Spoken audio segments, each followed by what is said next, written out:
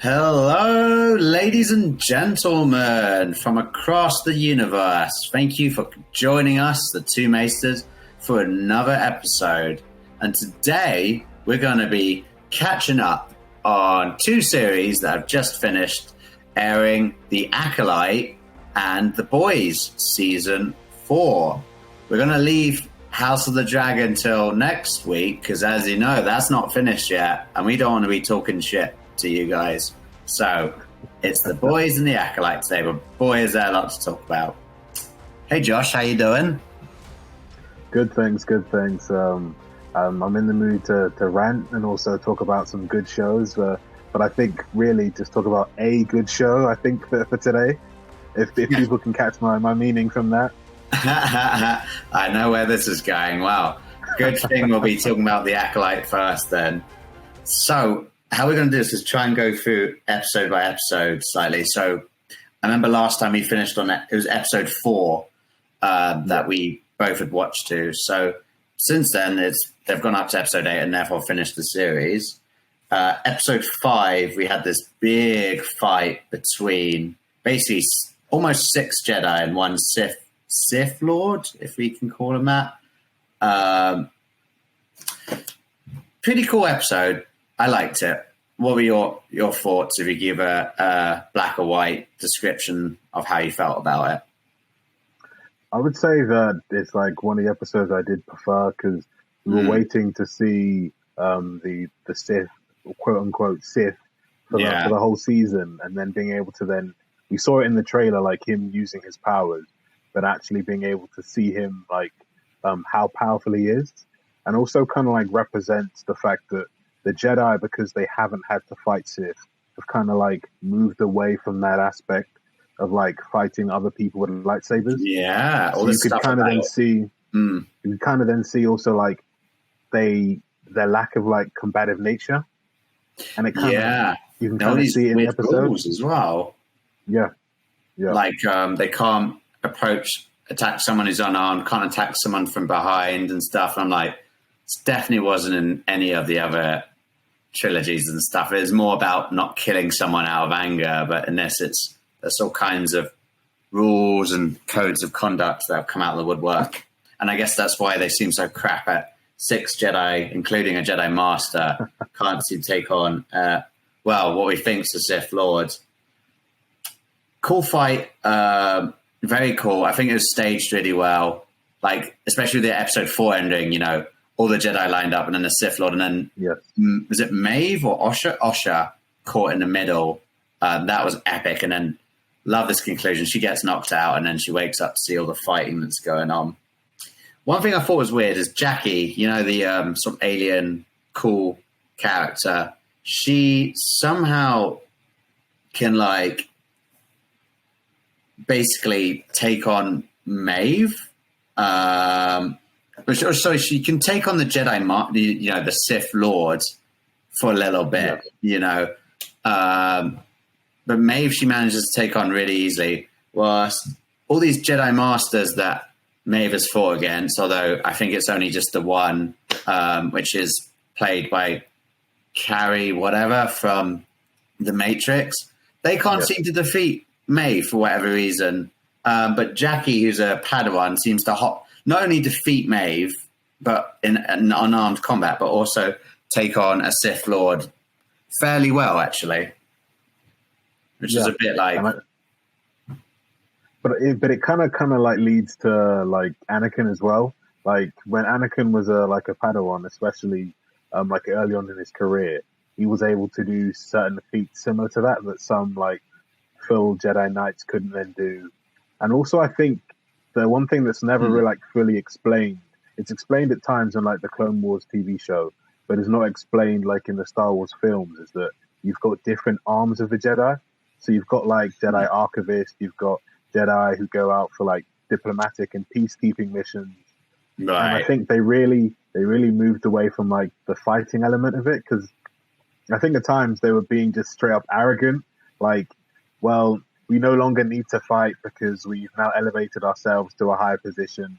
And it kind of also links to what you were saying earlier, the fact that how poorly they did against the Sith, the fact that the even people who are Jedi Knights and potential Masters can't deal with him, but Jackie can, because she's probably spent more time focusing on it. It could be, yeah. Again, lazy writing coming through, and it feels like you're making excuses for that lazy writing because you don't want to seem too mean in this podcast episode. I try. Yeah. I know you do. I know you're holding back. I think the Sith Lord, who, you know what, couldn't see it anywhere, but he's called Kumir. Let me see. Actually, I've got Wikipedia up on the other page because, you know, I do some very honest research. He's actually called, Kimir, Kimir, but it's actually, spoilers, not actually mentioned throughout the entirety of the Acolyte. When he's asked in this episode, what's your name? He's like, I have no name. I'm like, okay, rude, be like that. But I think he looks cool. It's like a kind of a little bit of a fresher take on a Sith Lord in that, you know, he's not wearing a completely black robe. He's got his bulky arms out. And of course, when you get the reveal of who he is, I mean, it's not super surprising. How did you feel about that?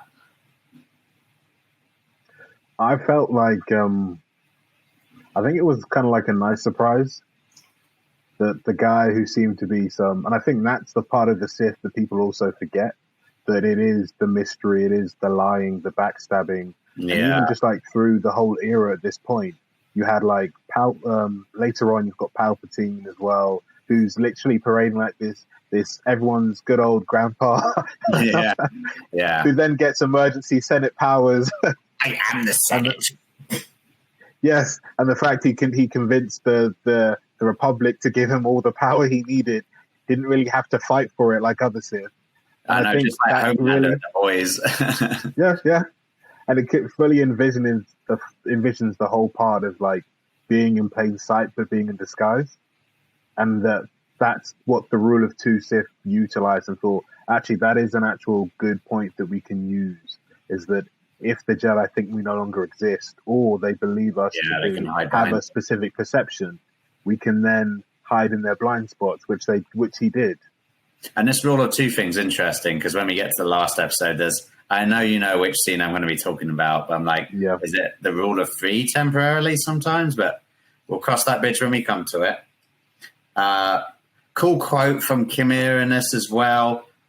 Even in the revelation of our triumph, we see the depth of our despair. I think he steals it. It's between him and Soul who steal the show in this. I think Soul is pretty cool character, bit mopey though and sad. And when we talk about the next three episodes, he's kind of a bit creepy about Osha as well. Obviously not deliberately, it's just bad writing. But Kimir, I think, is really cool. He's kind of like a douchebag Sith. Like, he says a lot of sarcastic, smart ass stuff. Like, Soul says to him, why would you need to keep yourself a secret? That's the way of your people. And he's like, well, duh, I was wearing a mask, wasn't I? And it's like, it's just douchebaggery. But the guy who plays him, Manny Jacinto, he's in The Good Place. Have you seen that TV show? Yes, yeah. Yeah, excellent. Really good. And I love the character he plays in it. And you know what? I love the character he plays in The Acolyte as well. He's a cool guy. A lot of range. But yeah, cool episode. Lots of action. Anything else you want to say on episode 5? I think one of the things that I really do like is his fighting style also is something I think the Jedi haven't seen at all. So the Jedi have like recordings of how the Sith would fight. But one of the things that he does in his fighting style is that he constantly puts together and breaks apart his two blades. Yeah, that weird mini blade, the mini saber. I've never seen that before. It's like a saber dagger that's also glued to his normal saber. That's, these new Star Wars series, they always bring out some new stuff, don't they? New saber designs. Yeah. Yeah, so that was something new there. And it does seem very strong in the Force as well, but I feel like there's a lot of plot armor in these Disney series. And sometimes they make people very overpowered and then suddenly very underpowered. And, the same with Jackie, that the Padawan in this as well. She seemed somewhat overpowered for a Padawan. But it was cool. Not gonna lie, it was cool to see her and the other Jedi trainee die, just because it had sort of a Game of Thronesy element to it. I just assumed all the good people would survive in this, like what happens with Ahsoka. Yeah. One thing that also that we saw is that he used a technique which technically most Sith and Jedi don't try and use, which is, like engaging, then turning off your lightsaber, then turning it back on to strike. Mm. Oh, yeah, because one of the things it was like frowned upon as like a cheat way or a cheat mode, that pretending to hit someone, turn off your lightsaber and then turn it back on to attack them at the right time. So it kind of feels with him that he's like he's unlike the Sith before him, who cared more about showing dominance, showing power, who would say that kind of thing's beneath him. But I think with the new age of Sith and also the rule of two, it's utilizing all opportunities and all avenues to win. Yeah, victory by any means. When he stabs Jackie with a small lightsaber, turning it on and off again very quickly, that was pretty badass, pretty mean as well. There was no honor in that way of fighting, but let's face it, we've all thought about doing that if we had a lightsaber. That'd be a good way to kill someone. Okay, so episode 5 basically ends with Osha being kidnapped by Kimir after she fights with Maeve, and Maeve being pretending that she's Osha just simply by cutting off her hair, and somehow fooling Sol, who didn't see this, into thinking she's Osha, which I thought was ridiculous, to be honest, because Jedi can sort of sense and read people's thoughts. Yeah. But I think, go on. Yeah, I think that's really when things like this like really get on my nerves, because it's like I understand like how it would work in like a normal TV series, but he's technically a Jedi Master, and he didn't see any form of difference whatsoever. Like even the fact that even with twins, and I think the issue is because she plays both characters, but even with twins, they don't walk the same, they don't act the same, they don't have the same mannerisms, and a Jedi Master technically should be able to see that. Yeah, they might put like some plot armor, or say, oh well, he was so distressed it distracted him. But I'm like, they are two different individuals, and even like with the Force, I think one thing that's also part of the Force is that every living creature has the Force in them. So the Force signature each being has is also different. Yeah, he'd be able to see the dark side in her. Yeah, surely. Yeah. I sense the dark side in you, that sort of stuff. So I thought that was like, this is stupid. But then it does come out in episode 6, to be fair. So that's okay, I guess. But I was like, come on, this is very elementary Star Wars stuff.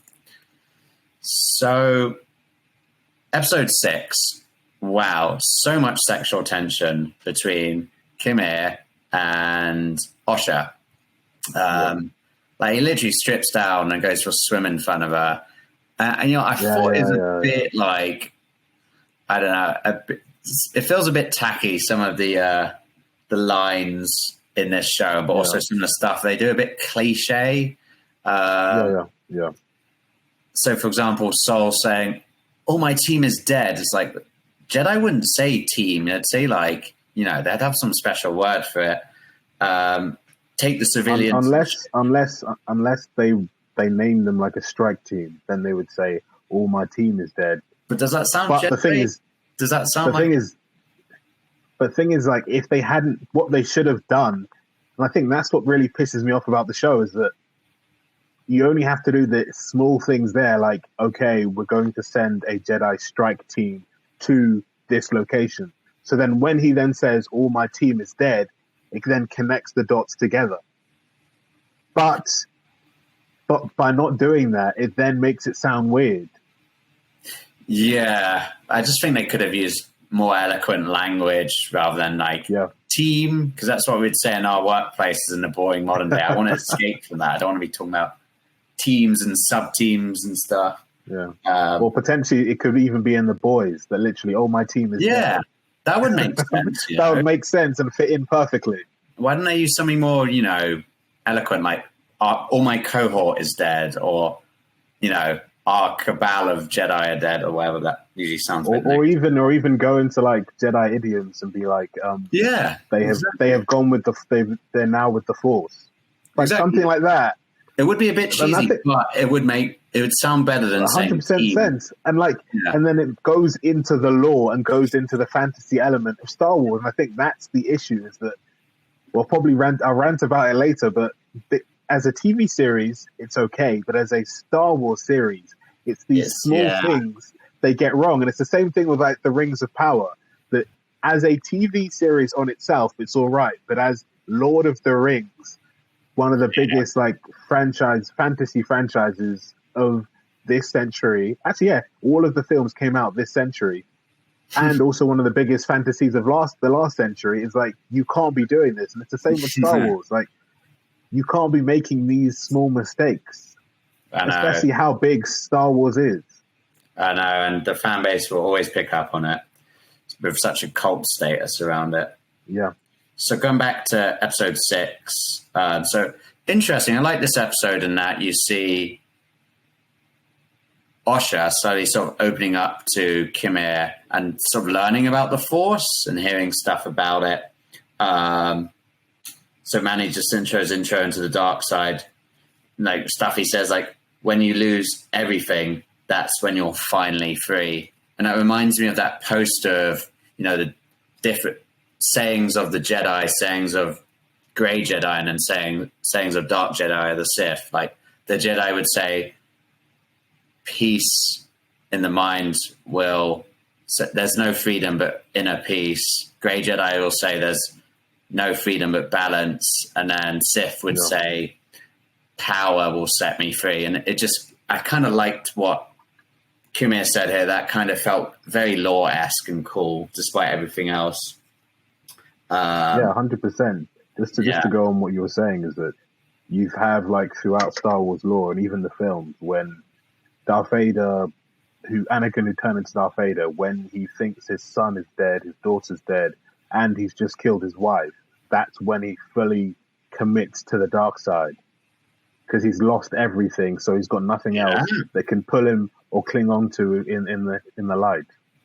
Exactly, and power will set him free in that sense. And this is what we wanted from the Acolyte. We wanted to see how do people come to the dark side, and is there sort of a redeeming quality in not necessarily the dark side, but some of the actions of people who fall to the dark side. So in this one, just the way Kimir was explaining it to Osha, I actually kind of like, despite the simmering sexual tension, like, holy cow. I also thought, so the guy who plays Soul, Lee Jung-jae, who, as you know, was in Squid Game. Did you know this is his first English role on screen? He learned a crash course in English in 4 months in order to perform in this show. And you know what? He's got a strong accent, but he floors it. I think he's a great actor. It must be hard to learn a language and then know how to like pronounce everything with diction and force. Like, that's crazy. Yeah, and also being able to then say it in a way that then matches the conversation. I know that his lines have been written for him, but the inflections on how you say things is also really important when speaking Subtext English, because we don't have any like accents when it comes to English. So like when you ask a question, you always go like, your voice goes higher at the end to indicate this is a question and not a statement. And then having to then learn that for 4 months is a props to him, because like how many years did we both probably spent learning a language in secondary school? And can't say it to that level. Knowing the social skills around, so not just the language, but the social skills around it, the indentation, the inflections and stuff, as you say, do that in 4 months and seemed to pull it off fairly well. I'm not going to lie, he was good. It's a shame though that a lot of his dialogue was pretty cringe. Like he says "OSHA" way too much. Like "OSHA," like it's the same in The Witcher when The Witcher keeps saying Siri. It starts to drive me nuts. Like just be a bit more creative with your dialogue, script writers or whatever AI wrote this, if that's what's happening. And he's very mopey. He's a Jedi master, but you can see he's very much upset about this. But I feel like the moping in this episode was a little bit too much, like grabbing, OSHA, who's actually Maeve, and be like, oh, yes. Getting a bit weird. He's definitely not a Jedi master in his prime. Another thing I found, gotta admit, guy who plays Sol, Lee Jung-jae, great crash course in English, and well done to him for doing what he did and just having to put up with bad writing. But the character of Sol is very mopey in this episode. He's very much looking for forgiveness from OSHA, but it's actually Maeve. I do like it that he finally works out that it's Maeve, and he actually ties her up and says, "Me and you are going to have a long talk." So I was like, "This is ridiculous. How can he not know it's Maeve?" Yeah. But yeah, interesting episode. And the only other thing I can think about this episode is the whip saber. Did you see that with the? Yeah. Yeah, and I was like, wow, they're introducing all kinds of sabers. It's a whip one now. This is nuts.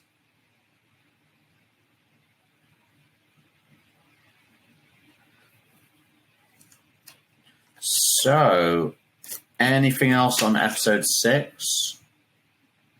I would say the whip saber itself is something that's kind of like in lore, which is in the expanded universe, but not within which hasn't fully been accessed the actual wider universe.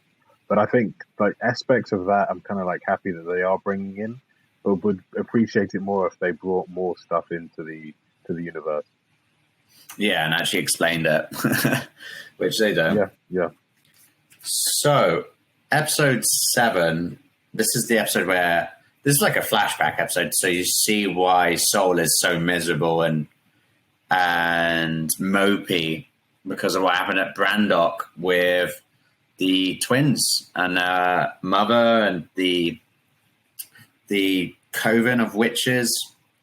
I quite like this episode because it just flushes everything out and you finally understand why the hell Maeve is killing all the Jedi, specifically those ones, and what some of them were sorrowful about, including Sol. One thing I didn't understand in this is, so are this witches coven, are they dark sisters, silent sisters? I believe they might have a link to them. Yes. So I think one thing that within the Star Wars universe is different practitioners and people who utilize the Force. Yeah. So you've got the wills of the Force, which are like this group of really powerful beings who I think in the Clone Wars Yoda goes to see, and that's when he kind of sees Darth Vader and that there is a dark presence coming. And I think he also sees. I think they also reveal to him Sidious as well, but they don't really. They say who the dark force behind everything is, but they don't get to. He doesn't actually get to see who it is, because if he did, I think episode 3 would have been completely different. Yeah, he could have saved a lot of lives. Yeah. So I guess it's because, as you say, everyone has the force flows through every being. So some people might have variations of the dark side, in which case perhaps this witch's coven isn't evil as such, but they use elements of the dark side to protect themselves. But interesting, they're very intolerant of the Jedi coming to their planet and stuff. And, I see that the Acolyte, the aim of the series is sort of to show that the Jedi at the height of their power had some systemic problems with the organization. And, what happens in this episode, just a mistake, really, misunderstanding, seeing these two children and thinking something's wrong. Yeah, it's quite tragic, I'd say. Yeah, and I think the main issue that the Jedi have is that they always have this fear of other. Funny enough, you could kind of say of others with other religions, Right. other users of the Force who aren't the Jedi, because there's been like a long history and root of how these groups have been corrupted to the dark side, and also the constant viewpoint and vision of that the dark side um, can corrupt if you don't follow the Jedi way of life, which is fully shunning yourself from any form of emotions. So therefore, the dark Mm. side can't pull you towards it. And I think Yeah. also you can kind of understand like why this coven hates the Jedi, because they always burst in and like, you know what, those kids need to come with us. And when you really think about it, like full time, you're like, imagine you're a parent, and then all of a sudden you're told like, oh, you'll never see your kids probably ever again, and now they Yeah. must go to the. I think we always forget that about the Jedi, that actually they kidnap kids, indoctrinate them, and then send them to fight, basically. Pretty much. And I think like if you don't understand like, and I think another thing the Jedi always do is they're secretive about what they do and really don't talk about like the Force that much. So then to the outside world, and especially if you've lost loved ones who have been taken by the Jedi, it's like they come, take, and then I'm left without a father, without a sibling, or without a child. And then you're like, so what was it for? And if they constantly come back, maybe they have to that coven to take more and more people into the Jedi.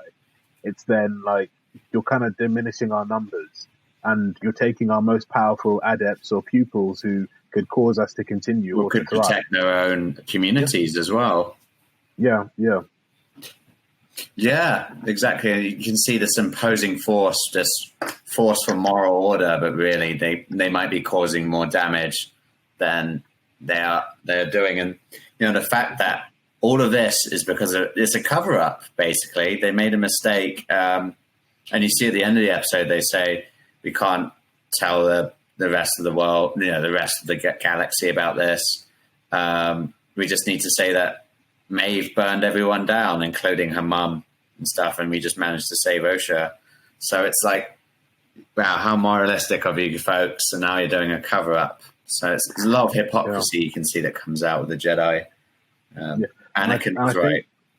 And I think also Yoda was right in The Last Jedi when he's sitting down with Luke. And he's just basically saying that we had it wrong. Because I think the issue is the Jedi started going to the conversation of, oh, this is for the greater good. So then the issue was that each time something would come up, they would then further stretch that statement and say, well, we're going to war even though we're supposed to be a peaceful order, and we're going to kill countless amounts of aliens. But this is for the greater good of the galaxy. Yeah, and I see it becomes a fine line of doing what's best for society might mean you have to become the evil. It's like it goes into sort of, to sound really intelligent for myself, I'm going to talk about Hobbesian philosophy and the Leviathan and how, we agree to a government ruling over us, which is an evil to protect us from ourselves. So otherwise we go around robbing and looting each other. In a way, I think the Jedi crossed that line and have now started doing evils, although, kidnapping kids, maybe not the best thing, but they say testing them, but it's like you're still taking kids away from their home. You're not going to make friends of communities doing that. And I think it's just, and I think one thing that it's all based on is fear. And I think the issue that they have is that there's a fear that if we then don't train them, then they could harm themselves and harm others. And I think there's this like comic book set in the Old Republic that I really enjoyed, that fans also love as well, which is in the expanded universe, about this group of Jedi. Some of them were on like the Jedi Council, and they had like a vision that their students would turn to the dark side. So similar to what Luke did, they basically go around killing the Padawans under their care because they're like, it's for the greater good, because they're going to turn out to be evil, without realizing in their minds, wait a second, we've just now committed mass murder. So aren't we the ones that are evil? And how are we sure we're not actually the ones who are then turning our students to the dark side? Yeah, it's ironic, really, trying to do some good, but you become the bigger evil, and there you go, Leviathan, Thomas Hobbes, and all that stuff. I wish we saw more of that come out. Maybe Acolyte Season 2 would be a good opportunity to expand on, the systemic problems of the Jedi and how sometimes trying to do the greater good leads to things like this. One thing I really want to talk about is just how creepy Saul's dialogue was in this. So, quote, so when after they've just met Osha and Maeve and the Witches community, Saul goes up to I can't remember, Sandara, the other Jedi Master, and says, I feel she's meant to be my partner. And he really wants to protect her and take her somewhere. And then he says, I want to do what's best for Osha. But it's he's just met her once, maybe twice. And he's already saying, oh, she's meant to be my partner. I want to do what's best for her. It just seems a bit sudden. You haven't seen this build up of connection between him and Osha. And they're probably just going to put that, lazy writing's just going to pin that to the Force's ways. I think he might, in episode 1, I think that's another issue, is that I think they do briefly talk about it, that when he takes her to the Jedi Temple to interrogate her, I think she kind of says, oh, I tried to be a Jedi but failed. But then if you then don't remember that, it's then and it's also then putting straws together in your own mind, thinking, okay, then maybe he was her Jedi Master and he was trying to train her and she kept on failing. So that's why she then left the Order, even though she was a part of it and then is now left. But I think if they explain that in more detail or with better writing, people would then remember, oh, yes, she used to be a Jedi. Maybe Saul trained her, and that's why he sees it as his ultimate failure, that he tried to train her and he basically failed completely. Well, yeah, it doesn't really flesh it out. You find out in, spoilers, final episode that, she says she couldn't pass the Jedi training because she couldn't control her dark thoughts and stuff. But, they leave that to the end, which I thought was nice to do because it's you kind of wonder why Osha didn't make it through the academy. But perhaps they could have peppered in more roots, more hints throughout. When she's training with Khmer and stuff, she doesn't seem tempted like most people are when they hear about dark side stuff. She seems quite pure and clean, which, compared to her sister's cool, but, unusual. The dark side is full of temptations, and that's how people fall into it. Laser bows and arrows.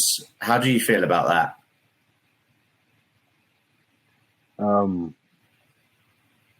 I think just in general that it I'm not too sure about it, to be honest.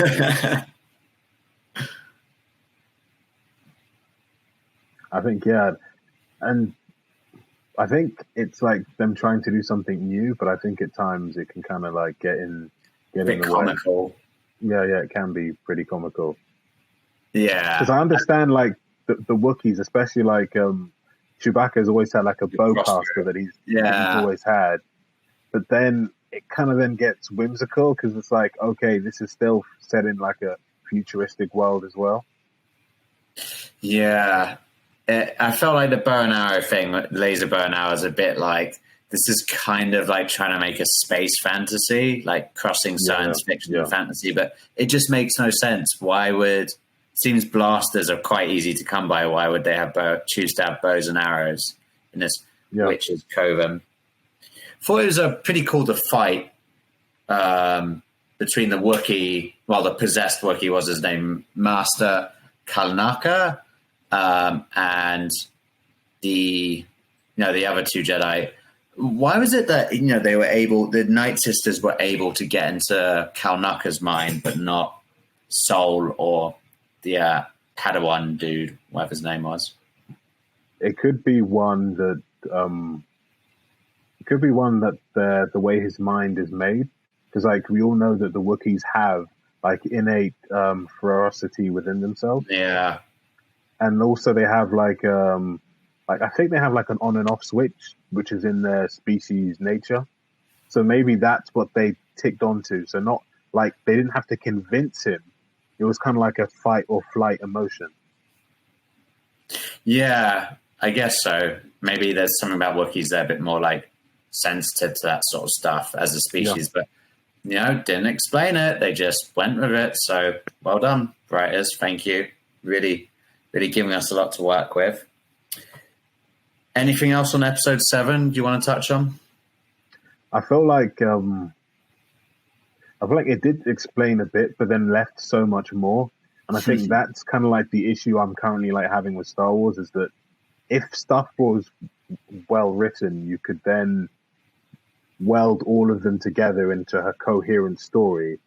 But then it's like, okay, then we can leave that out. We can leave that till later. We can explain this later. And I think I'll probably save the whole thing till the end to just discuss like the whole series. But I feel like they leave too much information for then people to be like, either if you're a major Star Wars fan to say that, oh, well, I understand it, but it's kind of doesn't really match the lore, or for someone who doesn't know so much about the Star Wars lore that it's like, okay, then, so wait, I don't understand why this has happened, or why this is happening, or why that is happening. Yeah, I guess so. They've really left it that way. I mean, it is also like first series syndrome, where they have to set up, the landscape, hit the main characters and stuff.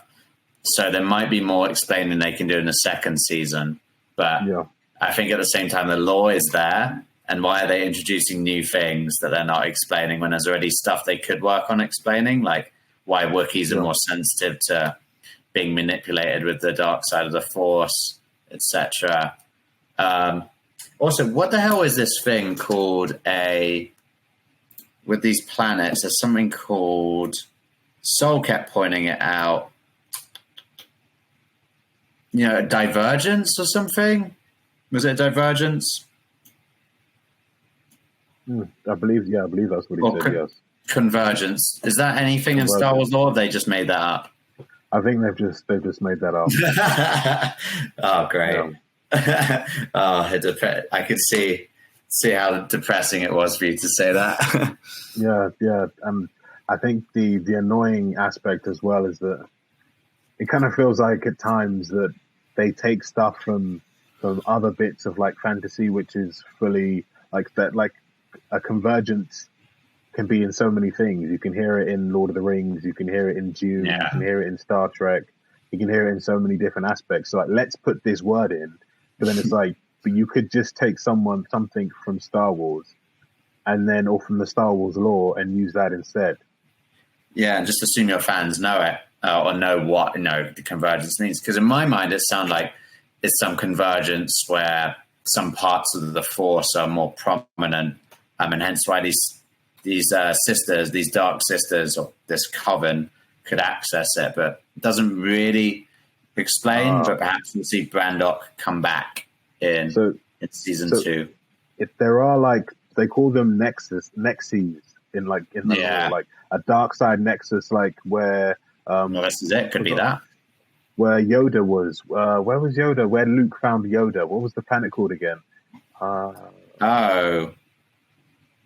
It wasn't Dagobah. Oh, it was. Okay. So that is a dark side nexus. So he went there to hide so that the Empire couldn't find him, because it was basically situated in the dark side. So unless they're saying that technically what they should have said is like, this is a Force nexus. So it's a planet that is steeped in the Force, which then provides anyone who's accessing or using the Force in a specific way, or using a specific side of the Force, extra strength. Right, I see. Well, thank you for explaining that. I wish they explained that in the show. Perhaps we'll see in season 2. So episode 8, and just the series in general. Episode 8, I actually felt kind of satisfied with this. I liked the way that, it seemed that Maeve was going to be the Acolyte and kill Sol, but it's actually Osha. There was this latent dark side in her, which came out. And I thought that was actually a really beautiful scene. after the fight between Khmer and Sol, and then Osher and Maeve turn up, and it's just like, it's quite hard hitting. And the soundtrack was good for it, very tragic, and well made for it. What did you think of this final episode? Yeah, I think it is one of my favorite ones, just because it's like, it's not happy ever after, and I thought that was the theme that they were able to then, the avenue that they were going to go in the direction. Yeah, which just seems to be like, there's always plot armor, but I'm glad that they, in a weird way, killed off Sol. I actually liked him as a character, but it gives a Game of Thrones-y element to this, which I think is quite nice. So we'll see what happens with Osher and Maeve in the second season. Interesting fact, the actress that plays Osher and Maeve, who is called Amandla Stenberg, she played Rue in the Hunger Games movie back in, I don't know, 2008 maybe. She also is an accomplished violinist, and she actually plays the violin in the soundtrack for this Acolyte TV show with instructions from John Williams. Oh. Yeah, that's pretty cool. I mean, I think she seemed like a decent actress as well, but like, wow, very multi-talented and contributing to the music. And I thought the music was good in this episode. You had like some epic female vocals in one song, then some sad violin stuff with the Osher killing Sol. Pretty cool. Now let's talk about so before any of that happened, so I had to get out of the way, when Khmer and Osher were leaving that planet in the spaceship that they'd been hiding out on, what did we see in that weird clip? What the fuck was that? That's Darth Plagueis. Yeah, I was thinking Darth Plagueis. Yeah. So Sidious's master, so it gives us a pinpoint in the time that it's, especially because Plagueis, his species can live for a very long time. Right. I think maybe he was in like 200 or maybe 300 when he died, or 100 and something. So it gives us a point that it could be before the birth of Palpatine, or potentially before or just after. And it also depends on what period in Plagueis' life it is. Is it the period where Plagueis was actually an apprentice? Or is it when he's actually a Sith master? And then also debates the question, is it now going to focus on like the lore around Plagueis and say that based on the lore, this is who Plagueis master was? Or are they going to have it that somebody else completely different was his Sith master? Yeah. I'd be keen to dig into that because, the way Sidious talks about him in episode 3, wanted to learn how to stop those he loved from dying. There's an element of tragedy to it. So if they flesh that out, I really hope it'll be good, because that's the thing I like about the dark side, the tragedy of it. People don't go to the dark side just for a bit of fun. They want power to save their loved ones sometimes. So fingers crossed we'll see more of him. Yeah. One thing that they did also add in the episode 8 that is now the common point for the lore concerning like red lightsabers is that someone then bleeds a normal lightsaber crystal. Use it to make it red. But before in the lore, there was actually red lightsaber crystals, and that they were, I think, kind of like synthetic. So you'd have to make a synthetic red lightsaber crystal. But actually now what they've added to the lore within the actual the actual Star Wars universe, cinematic universe, is that actually you have to bleed it, to basically imbue it with the dark side, which will then make it red. And is that what Osher does by killing Sol? Is she bleeding it, or is that actually a process? Okay, so that is a thing. When did that come about in the Star Wars universe? That when did that transition from actually manufacturing a red lightsaber to bleeding it with dark action? I think they changed it when Disney bought Lucasfilm. So I think that's when they started to utilize it. Yeah. So Does that mean when you got different colored lightsabers, do they have to be bled in certain ways? So ones with green lightsabers, they, don't know, did a certain good deed and that made it green. The purple lightsaber, Mace Windu, I mean, he sort of toyed with dark arts a little bit, but it's a lot of questions there. I think it's that the others are natural crystals. Right, okay. Unless they've done something like, a sorting hat type of thing, which hopefully they don't do, and be like, oh, well, your lightsaber color is based on your personality, and when you get your crystal, it'll then turn into that. If they do that, I'll be a bit ticked off. I'll be like, come on. Like, literally, why do you have to be like that? Yeah, exactly. Yeah.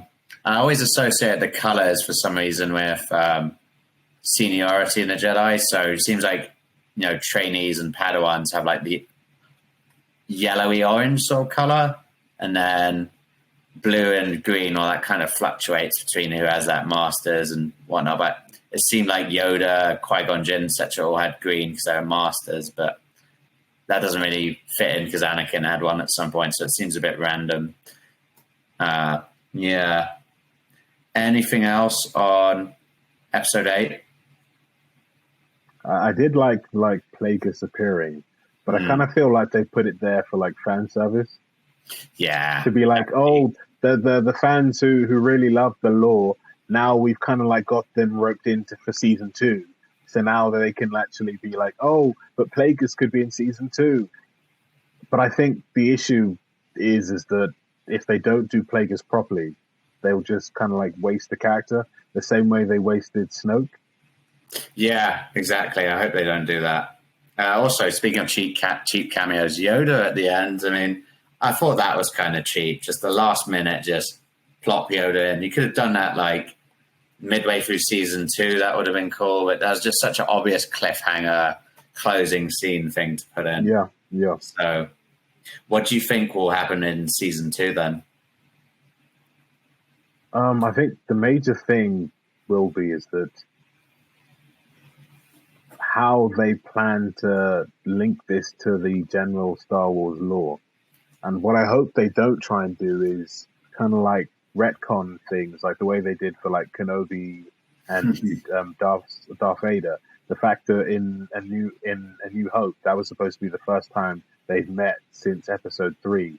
But now they've dumped the Kenobi series in between, so it's like, no. Yeah. And also Kenobi's got a season 2, so the question is, what is Kenobi going to be doing in season 2?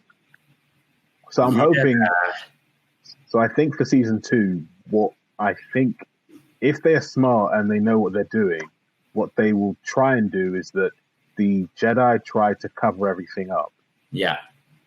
And then what Plagueis then does is then say that Osha and Kamira are both loose ends and finds a way to get rid of them. That it makes it feel like the Jedi that, this has now been solved. Now we can then go back to everything business as usual. But then that's probably what they'll try and do when the series ends. And I think that's another issue I have with the series, is that it goes into it almost from the beginning saying that, we're going to explain some of this in later seasons. While Shogun, the reason I loved it was that it wasn't any of that. It was like, we'll explain it throughout the series. And if we have a season 2, then it's by popular demand, not that, we plan to have a season 2. Yeah. So let's kind of like put information that we'll tease Yoda, we'll tease, I think also Plo Koon is also in it as well, I believe. Maybe. You see some people from his race in it, but you do see Kiara Mundi. Sorry, Kiara Mundi. Yeah, Kiara Mundi, yeah. Oh, all aliens look the same to you, huh? But their names sound the same. They do. It's probably made up in some bar somewhere when they're trying to write the script. I think it's first season syndrome again. Like, I really hate the feeling that the last 2 episodes of season 1 of any new series is just like they're just setting it up. Like, there's always some epic fatal thing that happens to the hero in the second to last episode. Then the final episode of that series, they either overcome the villain or it's a cliffhanger, and it's just I hate that feeling that they're just setting up. Whilst with Shogun, as you're right, they didn't know they were going to do one, so they just really went at it. Yeah. I was glad you really get a full experience. Or like even with like Game of Thrones, when you had like season 2 to season 3, season 3 to season 4, it seemed as if it was well written. And because like the whole story had been laid out, they understood early on, okay, this is how we can now transition 1 to 2, 2 to 3, 3 to 4. But then when like they basically had the kid gloves taken off because George Lucas hadn't written any more books, they then started to wing it, and then that's when they failed. And I think I think TV shows from now on, no matter how much it might cost you, say, this is the TV series, this is the general story from start to end, okay? So now we can have a coherent story that can be played out through. And I think that's the issue with fantasy shows that aren't based on books, because then you're then sometimes left in the air thinking, okay, then what do we now do for season 2? What do we now do for season 3? And you see it all the time. Like you see it in like Picard season 2. You see it in multiple of like the Star Wars TV series. You see it in some of like the Marvel TV series as well. That at least with shows which are well written, they can actually be like, okay, we can still have, this is where we want to be at the end, but then the path can change. For example, if an actor doesn't want to be in the show anymore, or dies, or potentially that something wider happens within the Star Wars universe, and you want to tie into that as well. So, in summary, how would you give the first season of Acolyte out of 10? I would say a 6. Yeah, I'd say a 6 or 6.5. I found it mildly entertaining.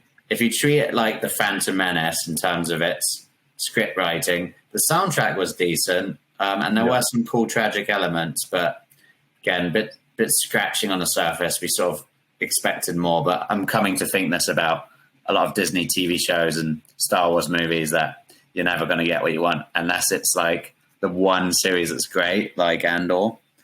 Yeah. And I think the issue, just final last point, is that the reason people have been asking, like, why are young adults, so people our age, people younger, and people a bit older getting into like anime?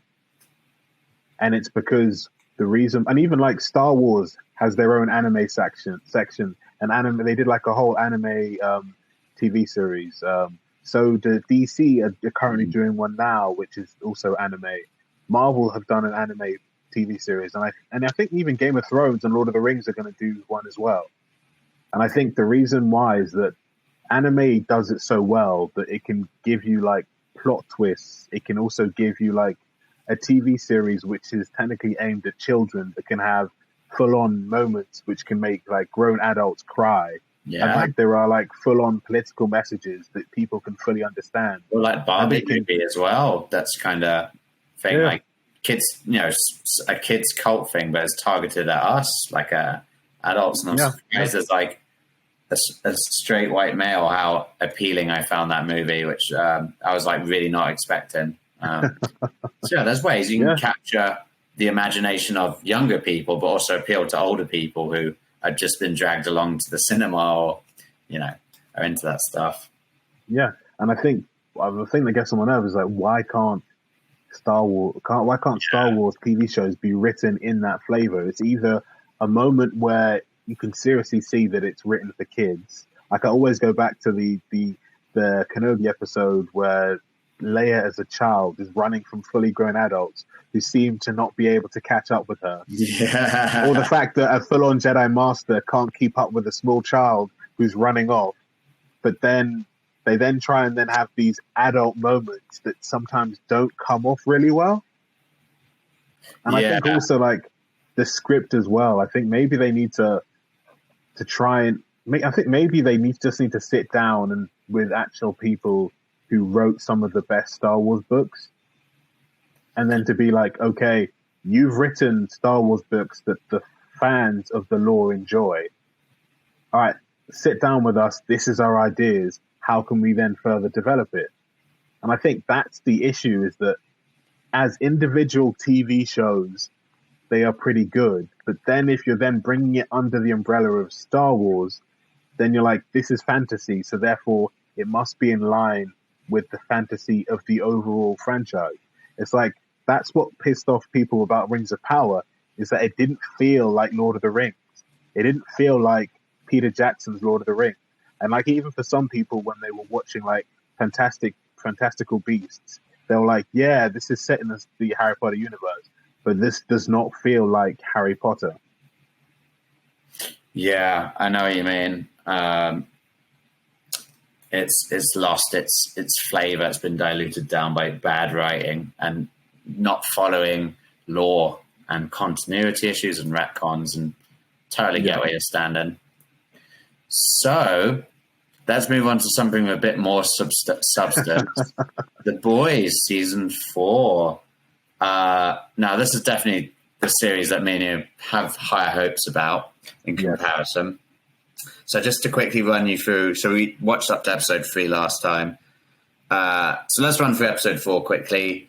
Basically, Homelander's team, including Firecracker, Sage, they sort of have a plan to basically discredit Starlight using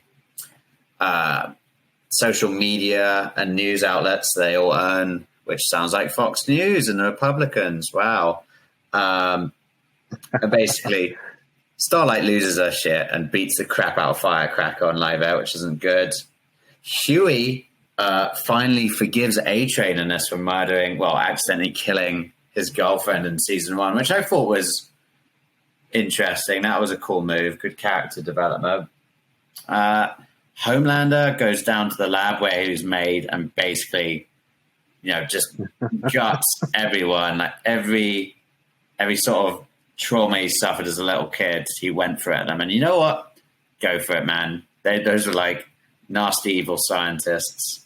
I thought that was really cool. Any thoughts on episode 4? Or can you remember? I thought it was also... I think which was cool, is that when he spoke to the head scientist, that she basically said, we kind of brought one of the best psychiatrists in the world to constantly make you want to look for approval. Yeah. They they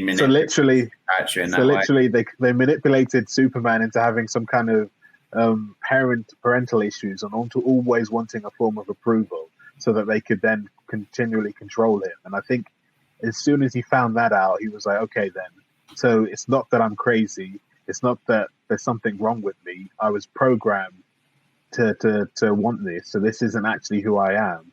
And I think it kind of then helped him to be more of the person he wants to be. So it's not like, oh, I actually need to look for people's approval. And I think he's now trying to take that out of his system and be like, you know what? I can do whatever I want and I'll just do what I feel like doing.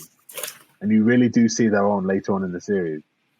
Yeah, definitely. And you get reminded he's a product, really, like when Stan Andgus says, I can't remember what he says, but you're just bad product. And you can see how much that hurts Homelander, because he wants approval, he wants to be loved and stuff, but he's just, the best...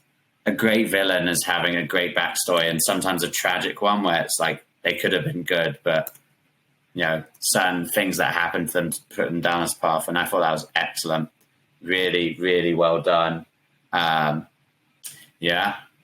Couldn't say any more. So on to episode 5. This one was interesting.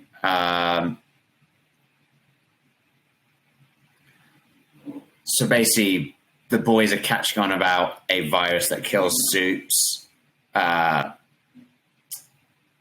they basically go to a farm looking for this doctor. Yeah. And my God, was that so funny. Like, just having the flying murderous sheep, the...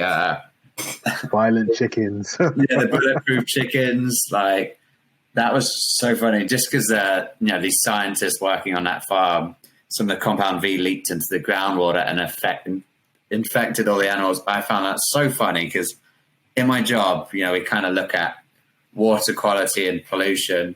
And I had to tell my colleagues about this and saying, this is what we're protecting the public from.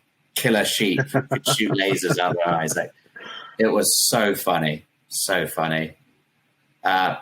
Interesting episode, because they set at the start, Stan Edgar, who's, was the head of Vought, is set free just like that.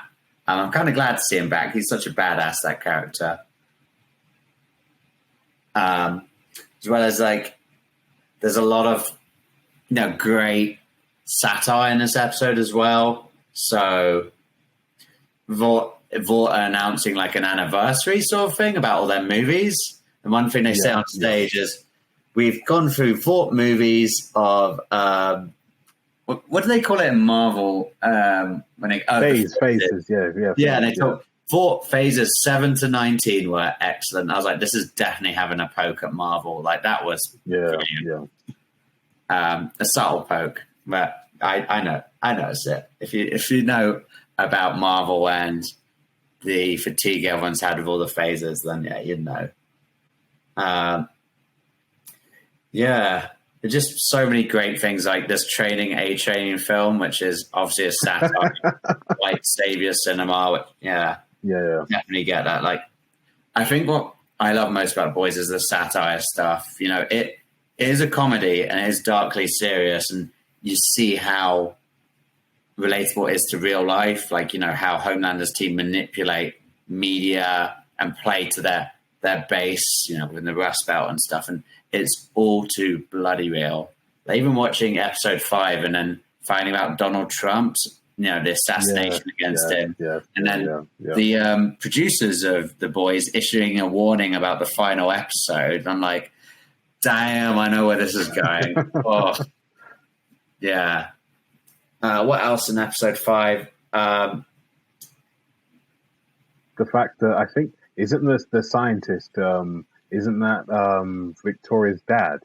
I think. No, it's her partner actually. Partner. Okay. Yeah, because her kid's actually, I assume a love child between them, some secret child.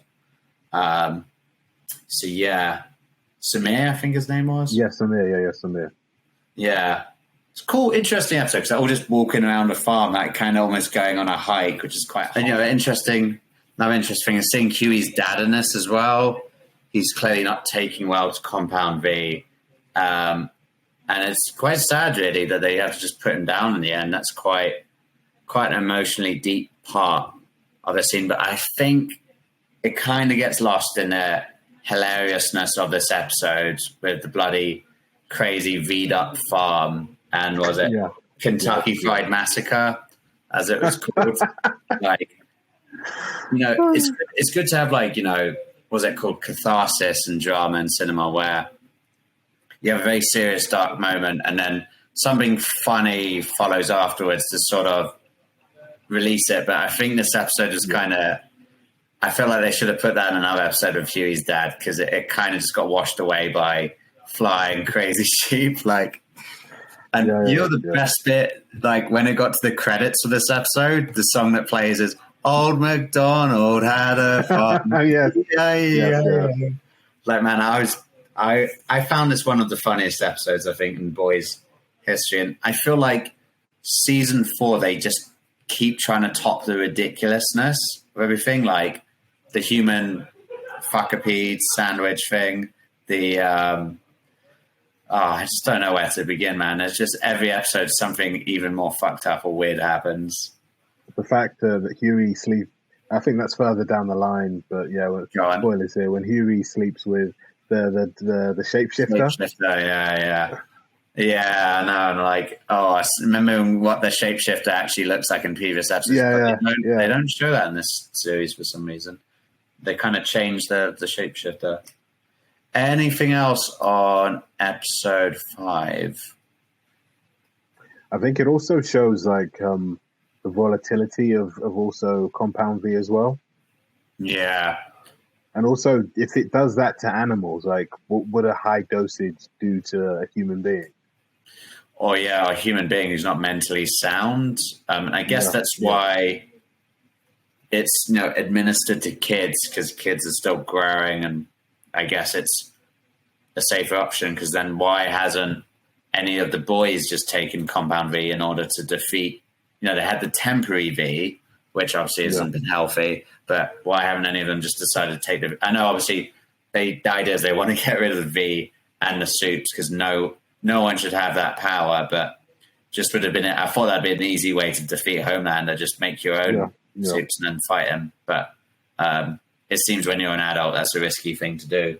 And that's, with you, I'm glad I sort of showed out a few Easter eggs. I was wondering why haven't they just gone for it? Or even in like season 1 when A-Train's girlfriend takes it. Yeah, Pop Club, but she's already a suit though. So it only just makes her supercharged. But if we had like an actual normal adult human, I'd be keen to see how that goes.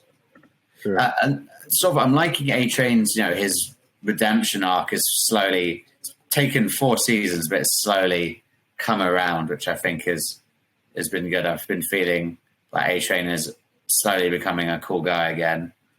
But I think also like in episode like 1, when you see him at the him having to meet Huey and basically kind of like apologize to him, I think you could kind of see that there was some form of good in him, because like if he was a complete utter douchebag, he would have looked more like, I can't be bothered with this, but he seemed like more irritated, like and uncomfortable.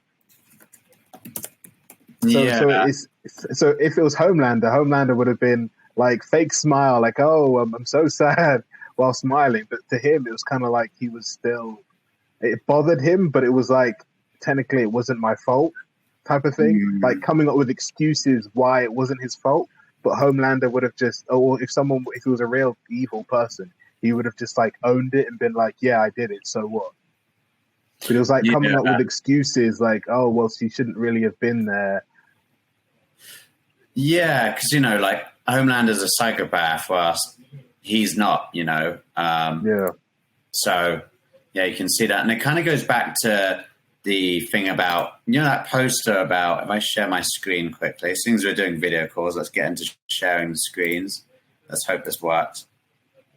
Screen. Okay, and then if I bring this up, hopefully, how you look at the characters and the boys. So, you've got someone who's completely neutral, someone who's a chaotic neutral, a lawful evil, a chaotic evil. I think this is for season 2, so this may have changed, but, everyone's shades of grey and variations. So A-Train has this great redemption arc whilst, for example, the Deep doesn't. It looks like he's going to do a redemption arc, but he just doesn't. He's just a douchebag falling through the whole way, in contrast to A-Train. Okay, on to episode 6. So, basically, you're seeing Butcher's dark side return. The way they captured Samir, he chops off his leg. Pretty cool. I think a big theme in this series is seeing Butcher teeter on the edge of him sort of being good, and then also the darker side of him, especially when it comes to Ryan and all that jazz. Yeah.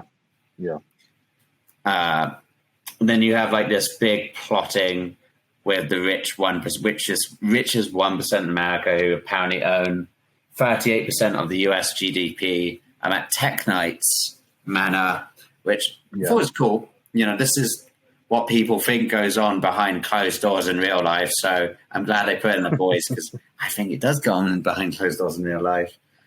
Well, the fact he kind of, with like the cave and the mansion, kind of linked to like Batman, and you're like, is that what Bruce Wayne's really up to, eh? Yeah, exactly. I was going to say this to you. Like, I love it how they parody Marvel, but they've also branched out to DC in this. I know Black Noir is sort of meant to look like Batman, but this very clearly is like, if Batman existed, he definitely would be some psychosexual freak. Yeah. Like, and just a quote from TechKnight, when he finally works out that Huey isn't that sidekick he's pretending to be. What was his name? Spider or something. I think was it something Widow Weave? Web Weaver. Yeah. He finds out it's who. It's like he ties him up and takes out a knife and says, "Everybody has the same holes. It gets so boring. Sometimes you got to make your own and fuck them." Like it was. This wasn't quite like the farm episode, which felt like mainly comical, apart from the random darkness of Huey's dad being put down. This one was on its way there, though. You're basically watching Huey for half the episode get like spanked and dominated, including by Ashley, which I was like, oh, fucking hell. So many like not safe for work things in there. Like when she says, I'm getting pretty swampy down there. Yeah, pretty crazy. What else about this episode? Mother's Milk practicing mindfulness as well. That's quite funny, and it gets called from A-Train and stuff. Or the fact, isn't that the episode where they shoot Sister Sage as well? And at gunpoint because she tries to like raise the alarm. And isn't it A-Train who also leaks the information that they're actually going to be at that location? I think it might have been A-Train who leaked the information. Yeah, I think so. That Web Weaver would be there and that they could get into his outfit or something. That makes sense, yeah. Man, when Sister Sage gets shot, because, her brain gets so big, so she has to keep doing those lobotomies on her head, otherwise she was going to, I guess her head will explode. When she gets shot, then she can survive it, but it makes her super dumb. And that was such a great contrast of Homelander trying to do his speech to get the richest 1% on side and stuff, and Victoria Newman stepping in as well. But oh man, just the way they turn to Sister Sage and she's just like, oh, these brownies are so good. I really like Sister Sage's character, and the actress playing her is fantastic as well. Like that was pretty good. Yeah. Anything else about this episode you liked? I think also we saw like with Mother's Milk, kind of like him realizing partly that he might not be up for the job of replacing Butcher as being the head of the boys. Yeah, he kind of struggles with the pressure of it. Yeah. I think there's a bit of yo-yoing between Mother's Milk leading because they distrust Butcher, they want him out. And it's sort of, I'm getting tired of the same plot line because Starlight in this series keeps saying, no, keep him out. And then she switches again, which is what Huey was doing in a previous series, and then Mother's Milk. It's a bit exhausting. And yeah, you can see Mother's Milk kind of struggles with that. What kind of morality do you think Victoria Newman is? She's like kind of weirdly on her own side in this, or isn't she? Yeah, she is. And I think, like based later on, like in conversations she has with Sister Sage, like the fact that I think it was a quote she said that women, when they're beside powerful men, act like they agree with everything, they're down for everything, and then secretly slit their throats. I think that was like a good line that she did say, and I think that's what Victoria Newman was just thinking, like, if he's the face, therefore, if anything goes wrong, everything piles upon him, and then I can then go behind the cover of not being a suit, and therefore so kind of like the whole Sidious thing, that Sidious didn't let the galaxy know that he was actually a Sith Lord or had the Force, so everyone would put their hate and their fear onto the Enforcer, which was Darth Vader, but then saw the Emperor and were like, well, he's just some old man who survived and attacked by the Jedi. And I think that's what old man. Yes. And I think that's what Victoria wanted. And especially like, oh, I'm just a normal human being. I'm a woman, and try and get people to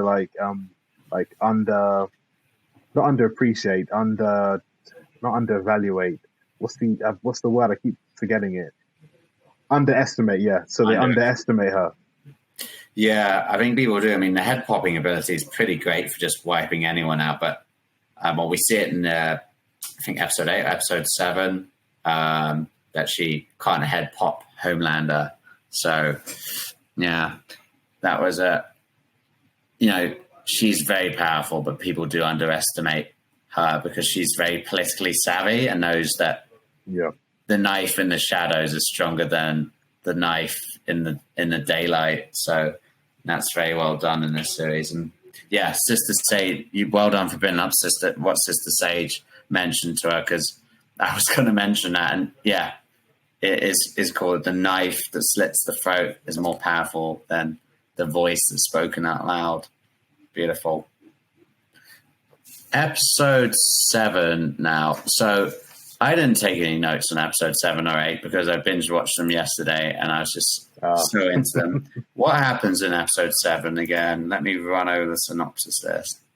So Butcher bails Frenchie out of jail to assist Samir with brewing up the virus.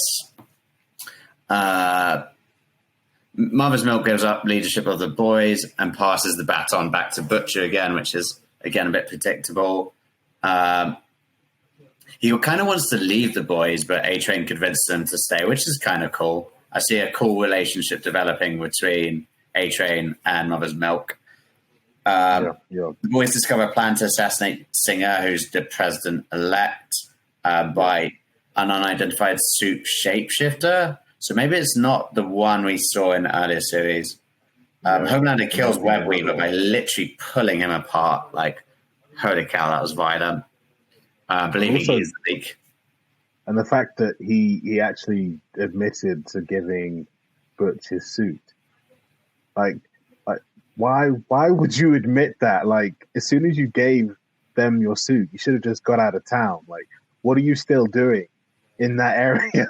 Like, sometimes it always gets to me that they are in like Homelander's bad books and they're not like, all right, let's get out of here as soon as possible. Let's go. They're like, they still stay around for a while thinking maybe he won't notice. Maybe he won't know.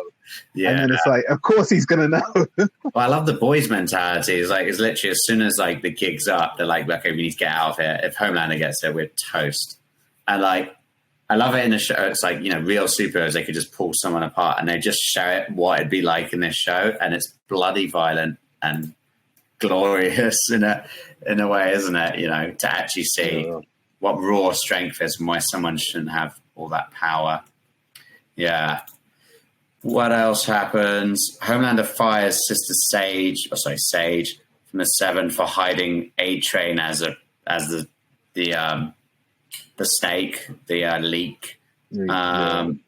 Surprised he doesn't kill Sister Sage, to be honest, because as much as he finds her advice very useful, he really doesn't trust her. And to be honest, I don't trust her. I don't understand why she's helping Homelander yet. And it's not even revealed in the final episode, but I hope in season 5 we'll see what she's playing at. Like, is she some other hidden faction?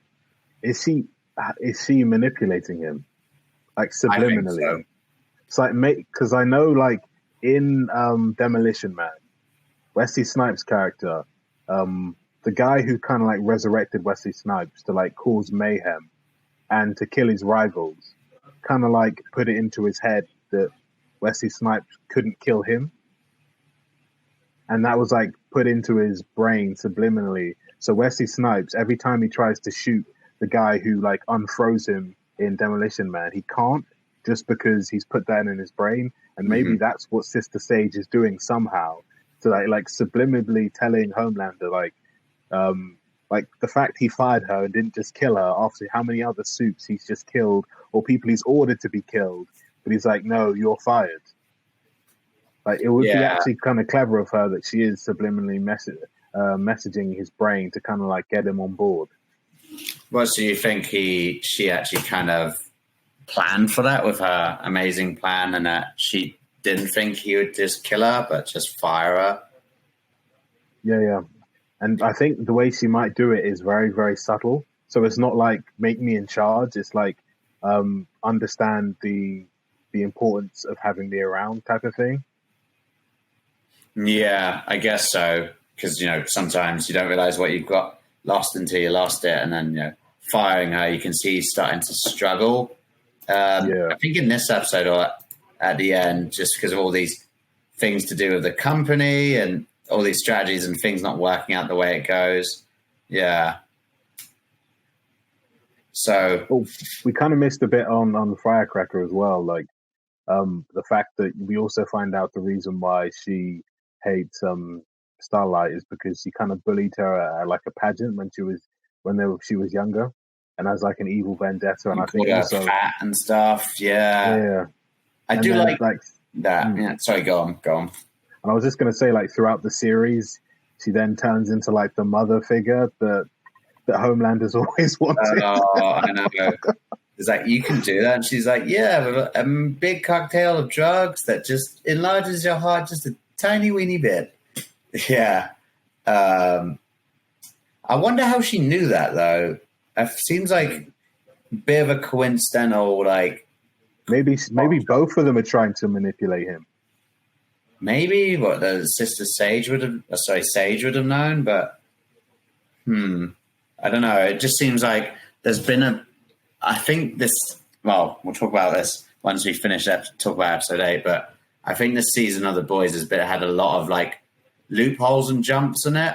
One thing I find is Frenchie's characters changed a lot suddenly. Like, I know he's always been a bit of this weird, quirky, free love, I'll fuck anyone sort of guy, but he's a Catholic. Like, what? Where did that come out of it? He doesn't strike me as the Catholic type and carrying a crucifix on him as well. I just felt like there's been some things that have been dropped in just for the sake of, don't know, but it just doesn't fit in with like previous character work, etc. Or it could be that that is a part of him in the comics, but because they wanted the show to be so out there, it kind of now doesn't make sense anymore. And like, to your point, maybe they shouldn't have included it, or maybe done it in a way that his guilt is actually what turns him back to it. Yeah, it could be. If they do it well enough, if for example, if whatever was it within someone, when they go through like stress or potentially they go through like a hard time or they feel guilt, they always end up going back to it. So they could have done it in a way that, he feels guilty of his past. He's feel guilty of his actions. He's feel guilty of like relationships with people around him. That kind of then puts him in the direction. But then if they just bring it out all of a sudden, it's like, that makes no sense at all. But if they kind of built towards it, exactly, like he actually hit rock bottom, like he hit the floor and then started to think, maybe I should go back to this because this guilt is too much, then maybe it would make sense or make more sense. Yeah, but again, I think they just took a page from the Acolyte writers here and just I know there's definitely some things they could have done a little bit better in this season. So on to episode 8, the final one, and this was great because it's called Assassination Run, and the writers / producers had to warn everyone before watching this. Donald Trump assassination. Again, I'm loving. The reason why I think this show is great is there's so many parallels. It's so well timed. It's almost like they knew America was going to get fucked up again. So in this one, Butch is very much on his last legs. Mallory and Ryan visit him in hospital. Ryan's informed of like Homelander's crimes and that basically they're hoping that he can kill him, but Ryan really doesn't take it well and basically kind of accidentally kills Mallory. And Butch, well, this is one thing we also got to mention. That Kessler guy he kept talking to, just a figment of his imagination, along with, obviously his dead wife. But I really like, that was a good twist. That was like a Sixth Sense sort of twist.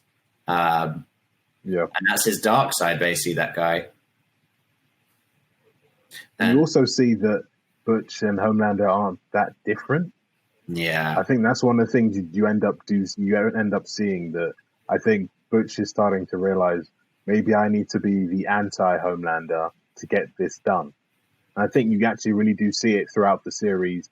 Because also I think Samir also mentions to the boys that he's talking to himself, and they also find that weird as well. And I think also like throughout the series, he's starting to get like some form of like powers that he doesn't know where they've come from. And I think he's realizing that if he is going to die, maybe he can then do one last thing to then take out Homelander and all Supes as well with the virus. Yeah, exactly. And it's again that crossing the line thing. Like, if you want to beat Homelander, do you need to basically fight evil with evil? And, you know, that was a moral quandary in like season 3 - season 2 of Fury. And he's like, we have to do it Butcher's way. So then they bring Butcher back in. And, you know, with season 3, there's that weird, I think in the first or second episode, there's that weird conversation where Homelander just turns up at Butcher's apartment and they just both kind of bond because they're both feeling kind of alienated by their company or their team. And you realize they're kind of two sides of the same coin. Because Butcher is, you know, he's got a tortured past, but then so does Homelander. Butcher manipulates to do people. And manipulation, I was saying they both would do anything to get their worldview to be actualized. Exactly. They'll like victory by any means. So they are kind of like two sides of the same coin. It's just Butcher's got a bit more of a redeemable quality, whilst Homelander, you feel sorry for him, but there's no redeeming him. Like, he is a psychopath through and through. But then also when Butcher tries to like convince Ryan of his importance in killing his father, I think that kind of is like, you could have like put it in a better way than to kind of like imply that he's like the last bastion to kill his own dad. He might hate the guy, but I don't think any child wants to be told like, yeah, we're going to use you to kill your old man.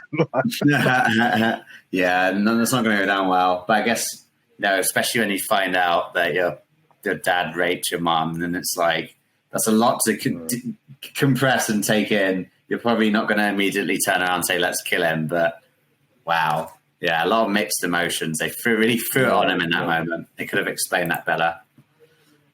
And, you know, you see Butcher kill Newman in this. So this idea of forgiveness, like Huey's kind of like taking the moral lead and the team's like, I've forgiven A-Train, I've forgiven this. Also seems like Starlight is looking for forgiveness from Firecracker, but just knocks her out in the last episode. But and they're like, well, we can forgive Newman, and Newman actually comes to him. It's kind of a cool moment because you see, like, not every character is pure evil. It's not black and white. Like, Newman is going to cross sides there and help him, and then Butcher just comes and fucks it all up and kills Newman in a brutal way, as well as a daughter and everything. It's like Butcher's way of doing things fucks things up for them and causes more problems than it solves, really. Yeah. And Just also... go on. Oh, yeah, no, go on. Well, just like how Homelander's interventions and things also do more damage than good, and that Sage hates that, and it ruins everything. But yeah, continue. What were you going to say?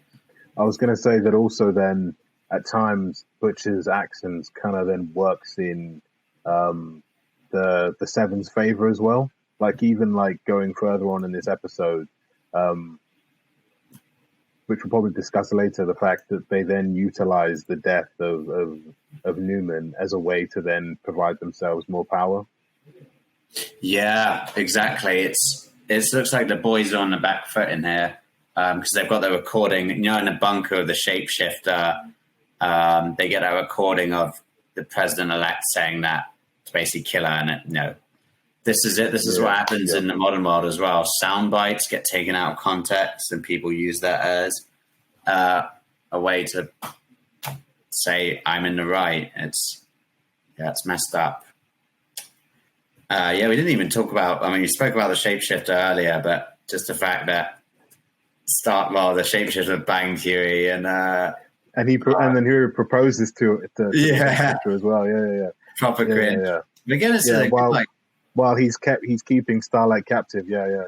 But it's a good what if scenario. I like that in The Boys. They look at these, if you're a superhero with any power, what would you, it's like if you could shapeshift into any character, you'd probably be really good at like sneaking into places and like doing weird deviant acts.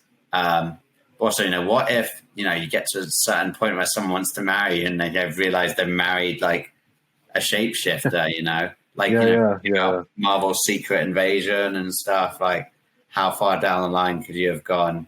And I love the way Huey said like but they banged like 20 times or something. I'm like, whoa, Huey, Jesus, shapeshifter gets her about.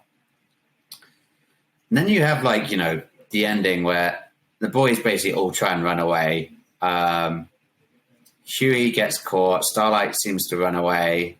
French and Kimiko get caught as well. With, from Gen V, you've got the two characters from that. And I've seen this meme going around of Kate, what she whispers in Frenchie's It. And some memes are so funny. Like, some of them like Warhammer related that like, I will tell you who the two forgotten Primarchs are. Or like, if you come with me, I'll give you free bubble tea for the rest of your life or something. Like, there's loads. So meme worthy. That's meant to be memed. I have a feeling she's just like, get in the van. And that's it, he just gets in the van. But we'll see what happens with season 5. Any final thoughts on that final episode or anything we've missed out on all the other episodes? I think like on the final episode when the Sage comes back and is like, oh, this is my whole plan all along. And then and then Homelander's like, wait, what? So your plan was for our assassination attempt to fail? And she was like, yes, because then we could then utilize it. The question is, for me, is he lying or is he actually that smart? But actually they're able to then utilize Victoria's death as a pinpoint to then provide themselves with more power and to actually develop like some kind of like super army to then like a super militia. bring down the hammer and to bring back order within the United States. Yeah, that was a cool sort of twist, like what a superhero coup would look like. But it makes you think, there was a real coup in the USA, how there'd be a lot of spin and lies and stuff. And like, originally president-elect was going to be assassinated, but actually they spun it that president-elect was assassinated the vice president-elect. So, yeah, interesting. I really liked how it developed, and obviously it's a little too soon of what happened to Trump's assassination. And I'm worried about just watching the series progress and seeing stuff on social media, people really getting into arguments about this and stuff. And yeah. It's very topical. If there's one thing the writers have done well, they've really made this a spirit of the times. How would you rate this season on The Boys? I think, funnily enough, because of Acolyte, I think it's been like my redemption show to watch, like this and like House of the Dragon. Yeah. So I would probably give it like an 8.2. Oh, fair. I think I would give this season I'll give it a 7.5, maybe pushing it to an 8, just for the reasons earlier. Like, a bit like they're kind of trying too hard to make it outrageous again, like the V farm, the human fuckapees and stuff. And it kind of missed the bar with some emotional points that should have been more hard hitting, like Huey's father dying, and just some boring side quests and character development that didn't really make sense, or like, so it was kind of a bit out of the blue. I like what happened to Starlight, that because throughout the previous 3 series, she's actually a superhero. All the other superheroes in this are villains, but she's a superhero. She even says that in season 1 finale. But it's nice to see that, even she has like a darker side to her. So I did like that. Yeah. But again, I think they kind of fell into the same formula again. It's irony because they're taking the piss out of superhero movies, like, the phases of Marvel. And the formula of superheroes, like, there's always a supervillain. Second to last episode of the series, the supervillain gets the superhero down low. Then the last episode of the series, the superhero comes out on top. They kind of keep following that formula, although obviously the superhero's on top here. They've just done it to set up for the second season. Fifth season. The 5th season, yeah. And there's a lot of plot armor as well. Like, none of the main characters die, really. It's just side characters, and each new series that introduce a new pair of side characters. So Stormfront, Soldier Boy, Sage, and Firecracker, they're cool, but it's just like the main storyline is there's just side quests. There's too much like side characters and side questing related to it, which is good for character development, but also I'm kind of a bit tired of it now. I can't wait for season 5 because it'll be the final one and we'll finally get some stuff done permanently, if that makes sense. Yeah. And I think like it kind of happened with like Civil War. Like if you read the comics of Civil War, like actual superheroes die. And I think a couple of them do, and I think that makes the war a whole lot worse. Because then there are people who are like, I don't want to be involved at all until like a key person then dies. I think it was a person called Goliath, and he's played by Lawrence Fishburne in the second Ant-Man film. So what Tony Stark does is he develops like a Thor robot, and that Thor robot, because I think Thor disappears for the whole series of like, which is also iconic, the fact that Thor isn't in the Civil War film either. So Tony Stark develops like a robot Thor, and that robot Thor kills Goliath, and it kind of then causes, I think, like Spider-Man to switch from Iron Man's side to Cap's side. And I think Civil War is really good, but if you took from the comic and how like violent and graphic that was, it would have been a better film. But the only issue would be is that you would then have to kill off major characters, or people may not forgive the characters anymore.